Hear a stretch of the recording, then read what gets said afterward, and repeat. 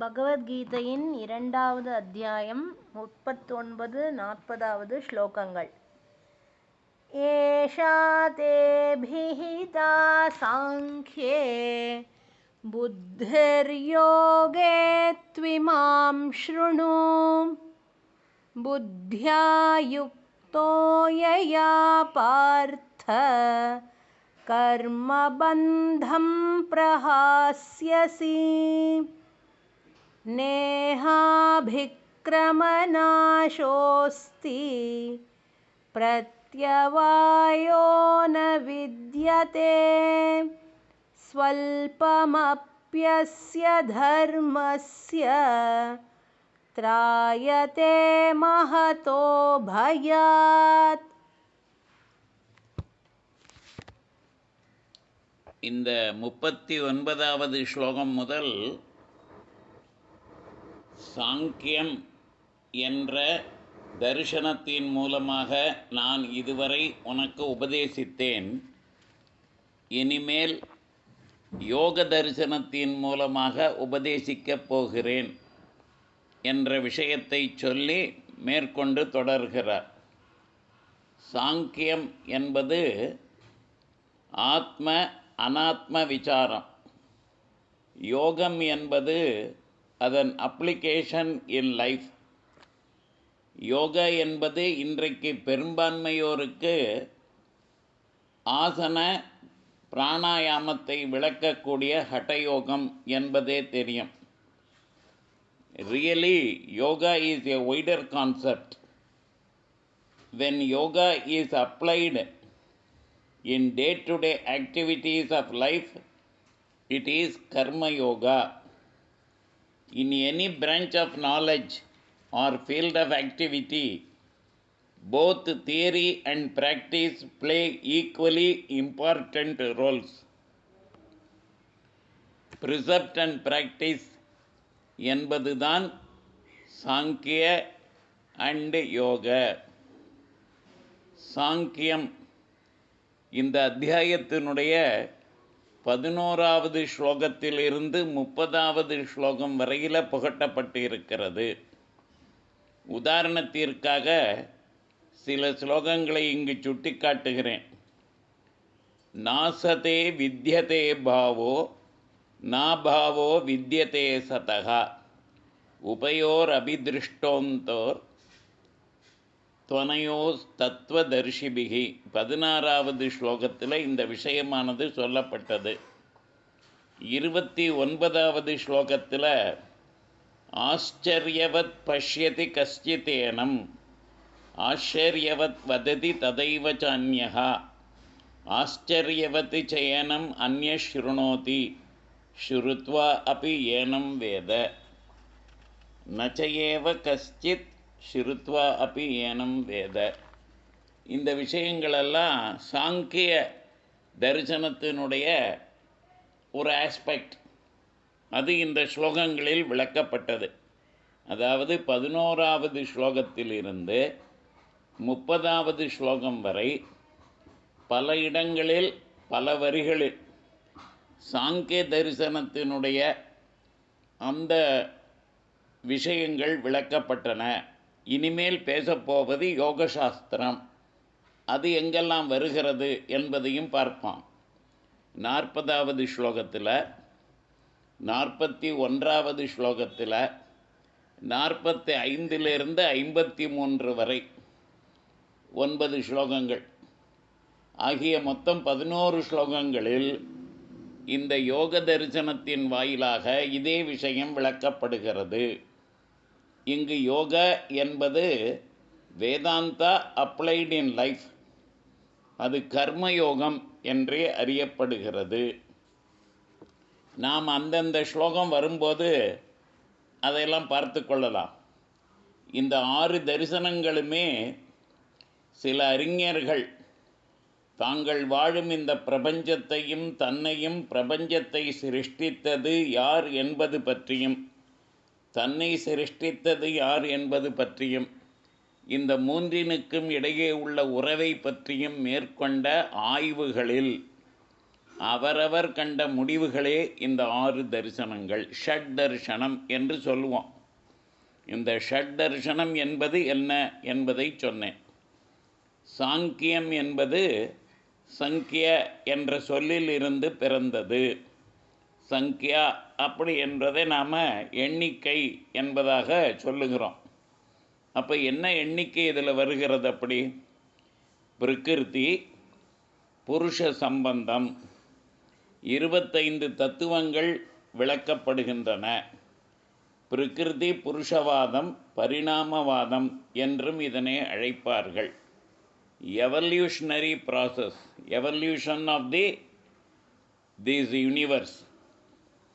பிரகிருதி, மூல பிரகிருதி அன்மேனிஃபெஸ்ட் கண்டிஷனில், அதிலிருந்து பிரகிருதி, அப்புறம் அங்கிருந்து மகத், அப்புறம் அகங்காரம், அதிலிருந்து 5 ஞானேந்திரியங்கள், 5 கர்மேந்திரியங்கள், 5 தன்மாத்திரைகள், அதோடு கூட மனஸ், அதுக்கப்புறமா 5 பூதங்கள், பஞ்சமகாபூதங்கள்.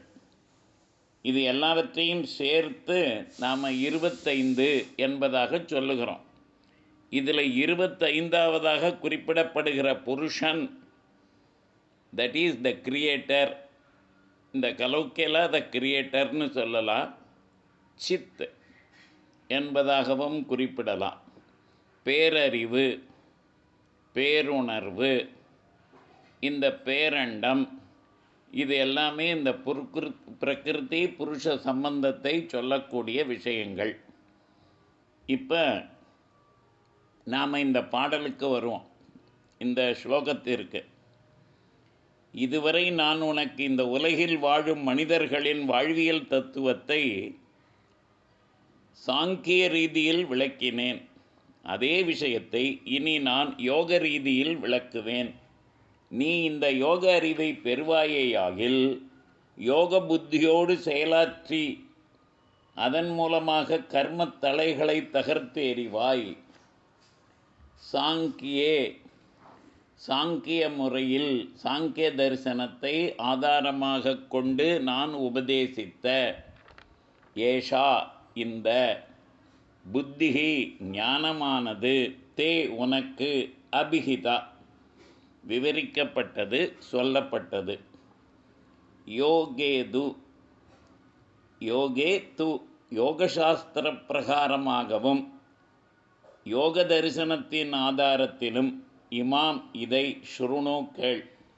பார்த்த யயா இந்த புத்தியா, யயா புத்தியா இந்த யோக புத்தியுடன் கூட யுக்தாக கூடியவனாய் கர்மபந்த பிரகாசியசி, கர்மபந்தம் பிரகாசியசி, வினைத்தலையை அறுத்து எறிவாய்.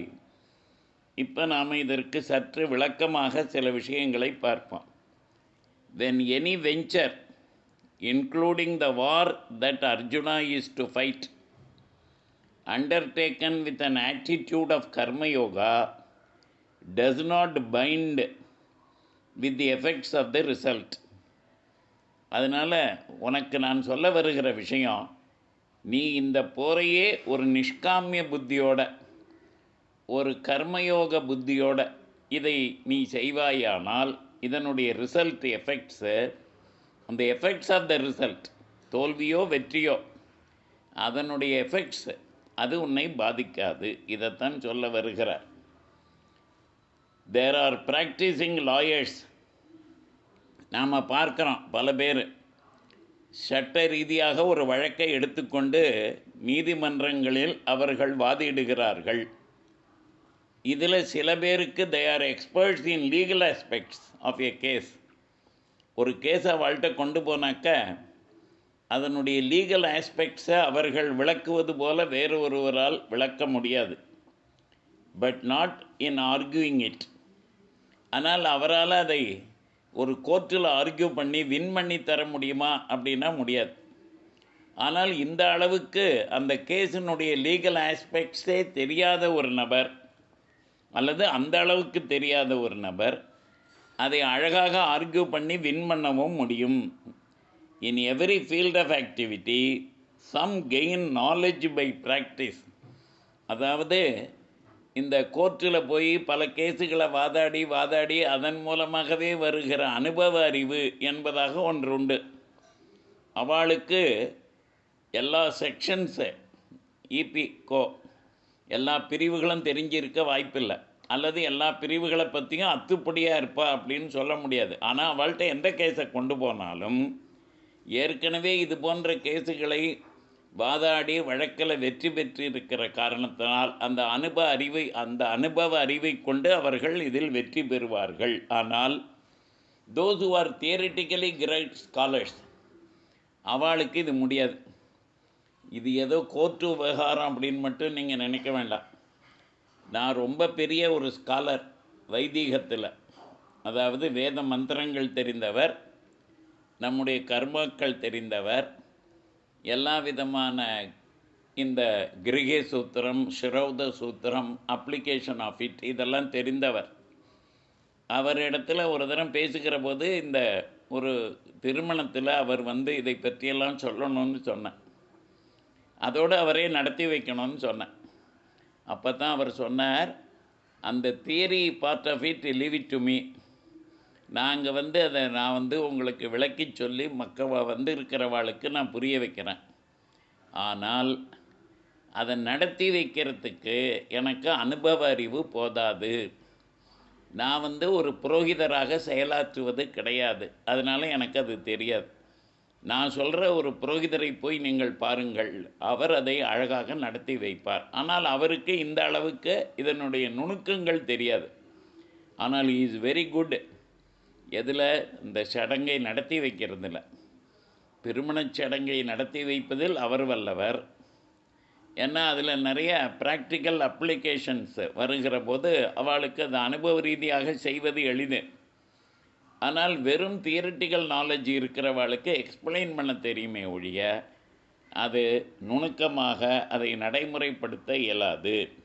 அதனால் இந்த இடத்துல இதைத்தான் சொல்ல வருகிறார் என்பதை நம்ம தெளிவாக புரிஞ்சுக்கணும். What is the difference between Sankhya and yoga? Sankhya is theory, yoga is practice. Some are good only in theory but not in practice. Some gain knowledge only by practice. An ounce of practice is more worthy than tons of talks. இதைத்தான் இந்த இடத்துல அவர் சொல்லி இருக்கிறார். இப்போ இதை தொடர்ந்து 40வது ஸ்லோகத்துக்கு நாம் போவோம். நேகாபிக்ரமநாசோஸ்தி பிரத்யவாயோ ந வித்யதே ஸ்வல்பம் அபியஸ்ய தர்மஸ்ய திராயத்தே மகதோ பயாத். இந்த கர்மயோகத்தில் இருக்கிற வாட் இஸ் தி ஈஸினஸ், அதில் இருக்கக்கூடிய ஒரு சௌலபியம் என்ன என்பதை இந்த இடத்துல சொல்லுகிறார். இந்த ஸ்லோகத்தில் கர்மயோகத்தினுடைய சிறப்பு விளக்கப்படுகிறது. பகவத்கீதா முழுவதுமே ஆங்காங்கே கர்மயோகம் அதுதான் பேசப்படுகிறது, அதை மறந்துடக்கூடாது. த ஹோல் பகவத்கீதா அதுதான். 3வது அத்தியாயம் ஸ்பெசிஃபிக்காக முழுக்க கர்மயோகம்தான். The essential message of the whole கீதாவே கர்மயோகம்தான். ஆனால் அதனுடைய ஃபஸ்ட்டு லெசன் எங்கே ஆரம்பிக்கிறது அப்படின்னாக்க இந்த ஸ்லோகத்தில் ஆரம்பிக்கிறது என்பதாக நாம் பார்க்கலாம். இக இதில் இந்த science of this yoga when it is practiced அபிக்ரமநாசகா, அதாவது இந்த இடத்துல அபிக்ரமநாசகா முயற்சி வீணாதல் இல்லை. ந இக அபிக்ரமநாசகா, இதில் முயற்சி வீணாதல் என்பது இல்லை. இப்போ ஹடயோகத்துக்கு போகிறோன்னு வச்சுக்கோங்க, த ப்ராக்டிஸ் ஷுட் பி கண்டினியூவஸ். ஒருத்தர் ஆசனா பண்ணுறார் அப்படின்னாக்க அதை எத்தனை காலம் பண்ண வேண்டும் என்று சொல்லி இருக்கிறார்களோ அத்தனை காலத்திற்கு சொன்ன முறையிலேயே அதை செய்யணும். அப்போ தான் அதுக்கு எஃபெக்ட் தெரியும். அதை எப்பயாவது பாதியில் விட்டுட்டாக்க அதனுடைய எஃபெக்ட் தெரியாது. அதே மாதிரி அதை ராங்காக ப்ராக்டிஸ் பண்ணினாலும் மே அஃபெக்ட் யூ அட்வர்ஸ்லி, இதையும் புரிஞ்சுக்கணும். ஆனால் கர்மயோகத்தில் இந்த 2 பிரச்சனையுமே இல்லை அப்படிங்கிறார். அதாவது நீ ப்ராக்டிஸ் பண்ண ஆரம்பித்து விட்டுட்ட, அதனாலேயும் ஒன்றும் நஷ்டம் இல்லை. தப்பாக ப்ராக்டிஸ் பண்ணிட்ட, அதனாலேயும் ஒன்றும் நஷ்டம் இல்லைடா. எந்த அளவுக்கு முயற்சிக்கிறோமோ அந்த அளவுக்குரிய பலன் கிட்டியே தீரும். முயற்சியை தொடராவிட்டாலும் கூட பாதகமே இல்லை. இதுக்கு உதாரணமாக நாம் எதை பார்க்கணும் அப்படின்னாக்க, பயிரிடுறோம், விளைச்சலுக்காக பயிரிடுகிறோம். இந்த பயிர் விளைச்சல் அப்படிங்கிற ஒரு சின்ன ஒரு ப்ராஜெக்டில் பணியில் என்னெல்லாம் இருக்குது? நிலத்தை பண்படுத்தணும், உழணும், விதைக்கணும், நீர் பாய்ச்சணும், களை பிடுங்கணும், பூச்சிகளிலிருந்து பாதுகாக்கணும், இறுதியில் அறுவடையும் உரிய காலத்தில் உரிய முறைப்படி பண்ணணும். இப்போ தான் பலன் கிடைக்கும். இதில் ஏதாவது ஒரு வேலையில் நிறுத்திவிட்டோன்னு வச்சுப்போம், அரைகுறை வேலையாக அதை அப்படியே விட்டுட்டோம்னா எந்த பலனுமே கிடையாது. சார் பண்ணின வரைக்கும் பலன் கிடையாதுன்னா கிடையாது. நான் நிலத்தை பண்படுத்தினேனே, நிலத்தை உழுது வச்சுருந்தேன் சார், உழுத வரைக்குமா பலன் கிடைக்கணும்ல?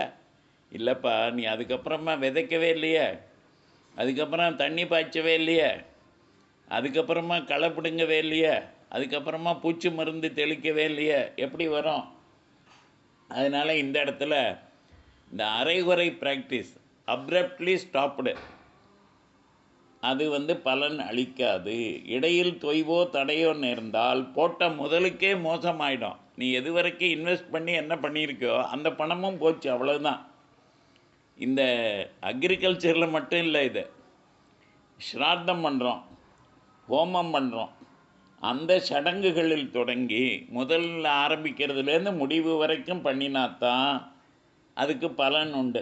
முயற்சியை இடையில நிறுத்திவிட்டு, ஹோமத்தில் ஏற்கனவே நான் ஒரு அழாக்கு அவிஸ் போட சொன்னேன், ஒரு 1/2 லிட்டர் நெய் ஊற்ற சொன்னேன், நான் சொன்ன மந்திரங்கள்லாம் பாதியில் 1/2 லிட்டரில் 1/4 லிட்டர் தீர்ந்து போச்சு, எல்லாம் ஊற்றியாச்சு, இப்போ இதோடு முடிச்சுக்கிறேன் அப்படின்னாக்க போட்ட நெய்க்காவது எனக்கு பலன் வரணுமேன்னு எதிர்பார்க்க முடியுமா? முடியாது. ஹோமம் என்பது முழுக்க பூர்ணாகுதி வரைக்கும் பண்ணினா தான் அதுக்கு எஃபெக்டு.